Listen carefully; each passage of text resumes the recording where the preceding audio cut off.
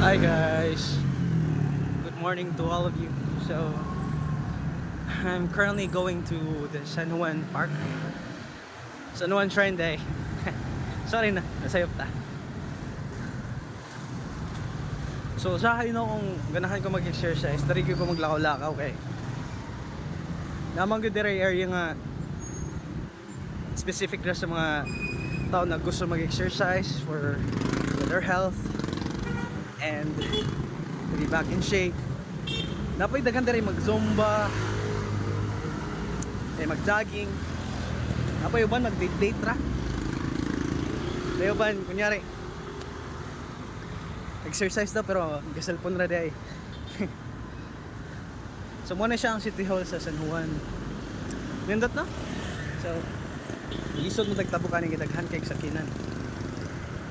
Ay. Manabok na ta, tanaw na to, makatabak bataan eh. Silang dagan dong.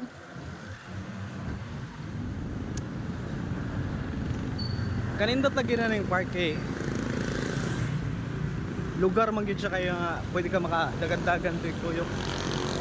Pwede po ka mag-jumping rope dire ah. Yeah. O say mo motivate sad ka mag-exercise kay daghan man sad kayo mag-exercise kada mundag. At bang tayo na siya school.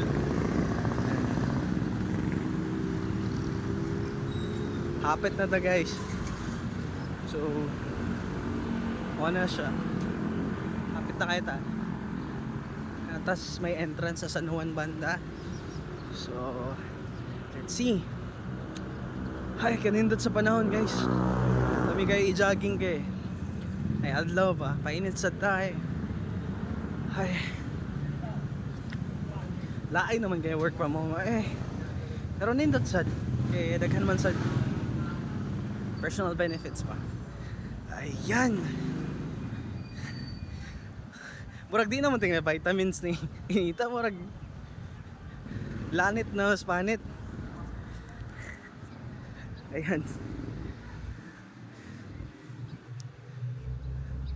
So this is where I usually do my morning jog. So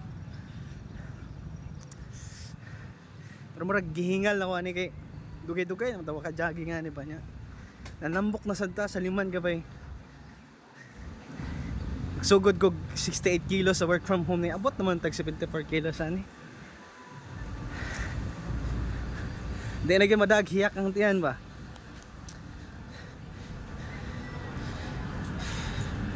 Iyon man sad sila nga pag mag-jogging daw ka, magpa-init daw ka, ma-boost daw imong mood.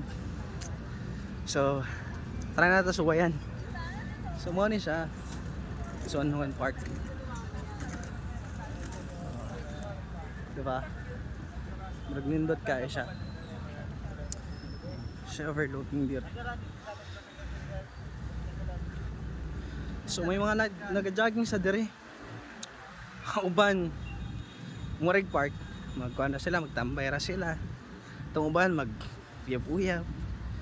Pero watay labotan na nila. Focus lang sa goal. So karon dito mag-jogging. Maglako-rakaw rata kay murag gapanggap ra man taan eh. Try sad na ugma kung kaya pa mag-jogging. Sige, salamat. Have a nice day.